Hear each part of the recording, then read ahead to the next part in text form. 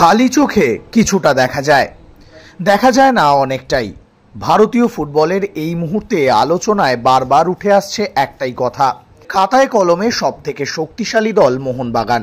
তাই সমর্থকদের পাশাপাশি অনেক ফুটবল বোদ্ধাও ধরে নিয়েছেন গতবারের শিল্ড চ্যাম্পিয়ন মোহনবাগান এবারও ট্রফি জিতবে। ভেবে নেওয়ার মধ্যে অবশ্য কিছু অস্বাভাবিকত্ব নেই। দলে Jamie McLaren, Dimitri Petratos, Jason Cummings, Greg Stewart, Subhasish Bose, Liston Colaco, Manvir Singh, Anirudh Thapa, Apuia মতো তারকা। এই দল চ্যাম্পিয়ন হতে না পারলে সেটাই তো ব্যর্থতা। আর ঠিক এখানেই আপনার চাপ হোসে মলিনা। গত বছর যে আন্তোনিও লোপেজ হাবাস মোহনবাগানকে শিল্ড চ্যাম্পিয়ন করেছিলেন তাকে সরিয়ে আপনাকে নিয়ে আসা হয়েছে। অর্থাৎ পুরনো কোচের ছায়া কিন্তু আপনাকে প্রতিটা দিন তাড়া করবে, আর তার সঙ্গেই ডুরান্ট কাপে আপনার চ্যাম্পিয়ন হতে না পারাও সঙ্গী হবে।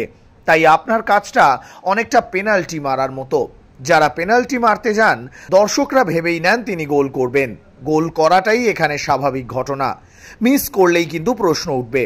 আপনিও এরকম তারকা খচিত দল নিয়ে ঠিক সেই জায়গায় দাঁড়িয়ে রয়েছেন। আপনার কাছে চ্যালেঞ্জ মোহনবাগানের চ্যাম্পিয়ন হওয়ার অভ্যাস বজায় রাখার।